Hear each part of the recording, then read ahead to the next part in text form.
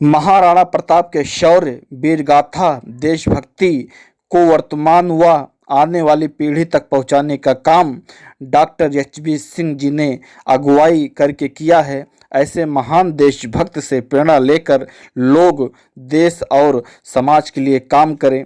महाराणा प्रताप के जीवन की सबसे अहम लड़ाई हल्दी घाटी का युद्ध है। इसी लड़ाई से उनके वंश की मर्यादा जुड़ी हुई थी और इस युद्ध को मेवाड़ की इज्जत समझकर उनके पुत्र अमर सिंह ने भी जारी रखी।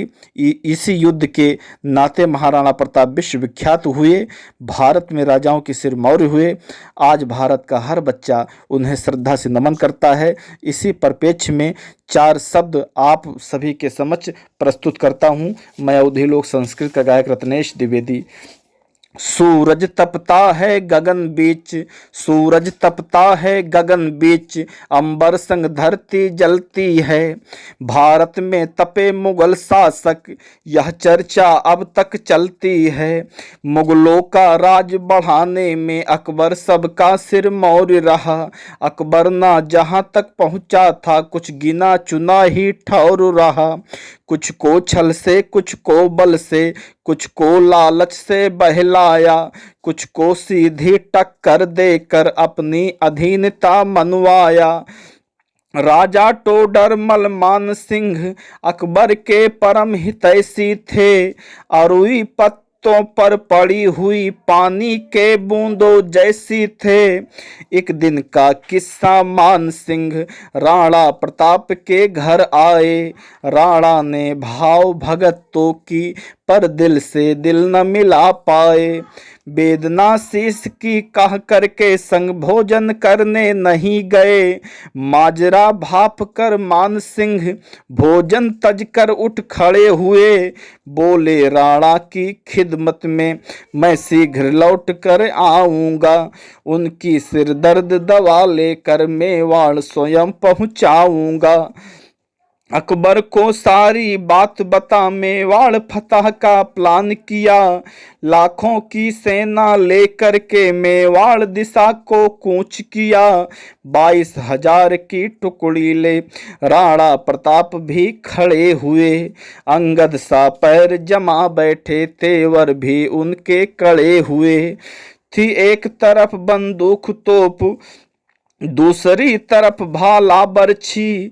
संभावित युद्ध भाप 64, योगिनिया मन ही मन हर्षी। हल्दी घाटी के मैदान में दोनों दल ने मोर्चा लिया। रिप को परास्त कर देने का दोनों दल ने संकल्प किया।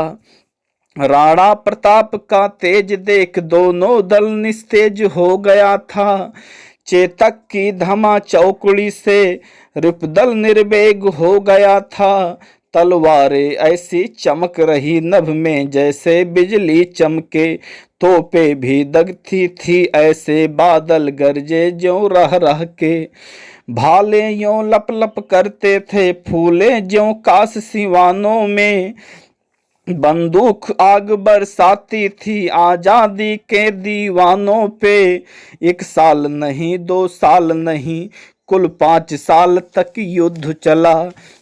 1 साल नहीं, 2 साल नहीं, कुल 5 साल तक युद्ध चला।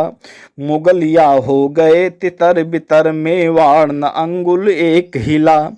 कितने जवान हो गए हवन, सिंदूर धुला कितना रण में। हल्दी घाटी हो गई लाल, इस हल्दी घाटी के रण में। जाने कितनी सुंदरियों ने जौहर व्रत को अपनाया था। कितनों ने अपना लाल गंवा मेवाड़ की लाज बचाया था। राणा प्रताप है धन्य धन्य, हल्दी घाटी की माटी है।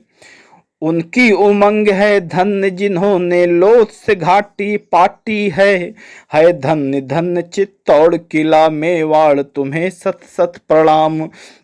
अगणित वीरों की बलबेदी, हल्दी घाटी तुमको प्रणाम।